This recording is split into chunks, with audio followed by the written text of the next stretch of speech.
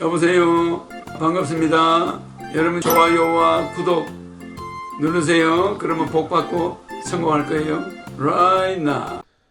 네, 총재님 안녕하세요. 네, 이렇게 귀중한 시간 늦은 밤에도 내주셔서 너무 감사드리고요. 음, 본 주제로 들어가기 전에 그 총재님의 그 정책들에 대한 질문부터 먼저 드리고 싶어요. 총재님의 정책 중에 음. 뇌물 쌍벌죄 폐지라는 정책이 있는데 이 정책이 무엇인가요, 총재님? 뇌물을 주면은 준 사람도 처벌을 하자. 근데 이제 그 준 사람은 처벌 안 하는 거예요. 준 사람은 처벌 안 하게? 그럼 네네. 뇌물을 받은 사람들이 불안해. 준 사람이 비밀을 지켜주니까 여태까지 괜찮았는데 네. 준 사람은 처벌을 안 하고 포상을 한단 말이에요. 그러니까 이제 뇌물을 받으면 언제든지 적발이 될 수가 있는 아, 오히려 뇌물 준 사람은 밝히기만 하면 오히려 포상을 주고, 거예요. 오, 준 사람이 예. 신고만 하면 포상을 줘. 어떤 걸로 주시나요? 돈으로 주지. 아, 돈으로요? 무슨 뇌물 준 거에 비례해가지고 뭐 한 포상금을 주는. 포상금을 주니까 누가 뇌물을 받으려고 그러겠어. 뇌물을 주면은 나중에 불만 있으면 그냥 신고해버리면 예. 포상을 받잖아. 그러니까 뇌물을 받은 사람이 없어지는 거죠. 예. 그렇죠? 네. 근데 뇌물을 지금은 뇌물 쌍벌죄거든. 준 사람도 처벌하고 받은 사람도 처벌하니까. 그러니까 뇌물은 엄밀히 007 작전으로 주고받는 거야. 영원히 건절이 안 돼. 뇌물을 준 사람을 처벌 안 하면은 예. 엄청 신고가 많이 들어오게 돼 있어. 그래서 쌍벌죄는 없애야 돼. 그리고 자기들이 뇌물 먹으려고 만들어낸 법이야. 자기들 뇌물 받아 먹으려고 일부러 만든 정책이에요? 만들어낸 정책이 그 사람. 아, 그렇군요.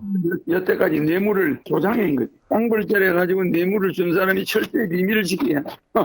공범이 되니까 준 사람을 공범자로 만들어버려. 건절이 안 되는 거야, 뇌물이. 그러면 처벌은 어떤 처벌을 받아요? 뇌물 받은 사람들은? 나는 이제 예. 웬만하면 벌금제를 받고 웬만하면 벌금제를 받고 그러니까 받은 뇌물도 다 싹 회수해버리고 벌금도 때리고.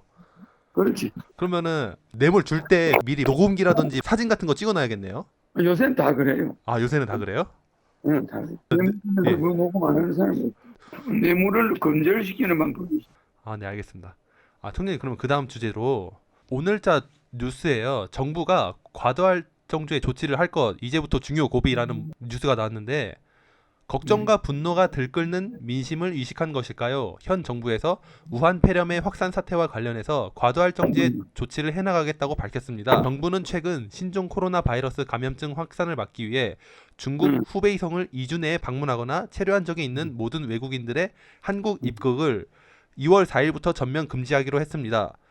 정부는 또한 중국 우한 지역을 방문하거나 체류한 우리 국민들도 2주간 격리하기로 했습니다. 먼저 접촉자 전체에 대해 이 자가 격리를 하고 그 다음에 어린이집 등 집단 시설에 근무하는 분들이 중국을 다녀온 경우 또 2주간 업무에서 배제를 하는 조치를 취하겠다고도 밝혔고, 또 식약처 등 관계부처는 마스크, 손, 세정제 등 위생용품의 수급 상황을 점검해서 국민들이 안심할 수 있게 하라고 지시를 했다고 합니다. 또 중수부는 지자체와 협력해 현장 필요 자원을 확보하고, 기재부는 소상공인 수출 등 예상되는 피해를 보완하고 지원하는 대책을 수립하라고 당부했습니다. 즉, 정부가 신종 코로나 바이러스와 관련해서 입국 금지 조치를 하는 건 이번이 처음인데, 총재님께서는 이 정부의 입국 금지 조치 이러한 대책에 대해서 어떻게 생각하시는지 고견을 들어보고 싶습니다. 그건 지금 정부 보건당국이 최대한 그렇게 하는 거니까 그건 국민들이 협조를 해야 되겠지. 이게 2달간 코로나 사망자가 304명이나 죽었거든. 사스가 9개월 걸렸는데 9개월간 죽은 숫자와 비슷해요. 예. 코로나 2달 만에 그만큼 죽었으니까 코로나가 좀 강한 거지. 전 세계가 좀 놀란 거지.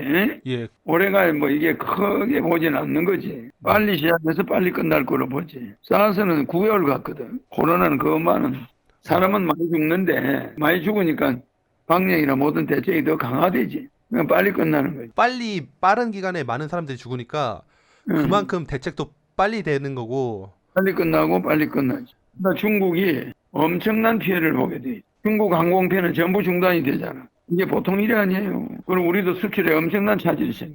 안 그래도 경제가 안 좋은데 이걸로 더 안 좋아지겠네요. 모두 중국으로 하는 비행기는 다 차단한다는 거지. 이 보통 일이 아니에요. 나는 이 병원균이 어떤 면에서는 미국이 만들 수도 있는 병이지. 중국을 고립시키고 있잖아. 예. 60여 개국이 중국발 여객기 조치를 취하잖아. 60여 개국이 중국발 여행객의 제한 조치를 해버리잖아요. 그럼 이게 어떻게 되겠어요? 중국 고립시키는 이런 정책이 이게 이 바이러스가 어디서 왔느냐 역시 의심스럽다 이거. 아, 그렇군요. 의심해볼 필요가 있. 어디 연구실에 있는 바이러스가 밖으로 갖다 나온 건지 어떻게 알아? 네, 맞습니다. 중국이 그냥 꼼짝없이 돼버렸잖아. 중국의 경제가 급성장하는 것이 앞으로 2, 3년이면 미국을 따돌리거든. 근데 이게 나오니까 또 중국이 주춤해지는 거야. 중국이 땅을 치고 통과할 일이지. 예. 총리님, 그러면 그 다음 주제로 또 어제자 뉴스인데, 그야말로 진짜 제1야당 진중권 입에 밀린 한국당 100명이라는 뉴스거든요. 진중권 전 동양대 교수의 친문 저격수 변신에 보수 지지층이 열광하고 있습니다.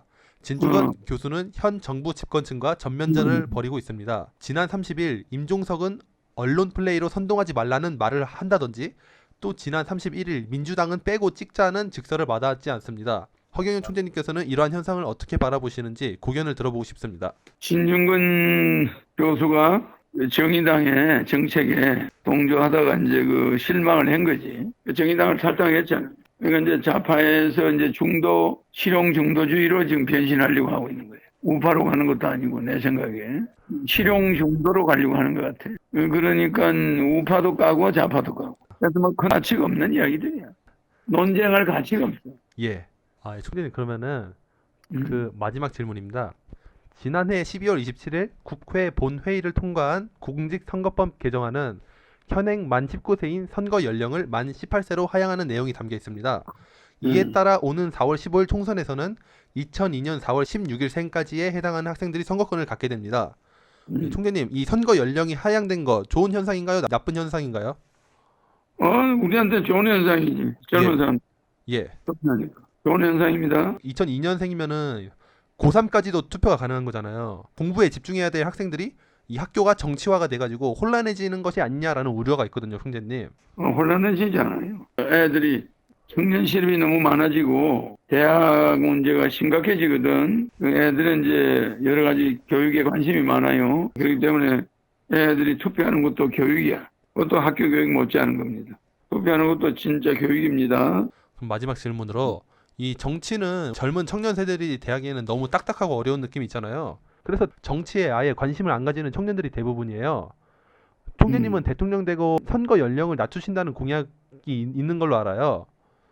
14살까지. 예, 그러면은 이 정치에 대해 아무것도 모르는 학생들이 투표를 하면은 문제가 생길 수밖에 없을 것 같은데. 어릴 때부터 민주주의 교육을 하고 투표장에 가지 않을 때는 고등학교와 대학 입학 시험 때 점수가 마이너스가 되도록. 그러니까 투표장은 반드시 가도록 이렇게 만들고. 그건 내가 이제 대통령 되고 나면은 각 인터넷과 이런 데서 공개하죠. 매년 국가 예산 선거는 신문 전면 광고로 나가죠.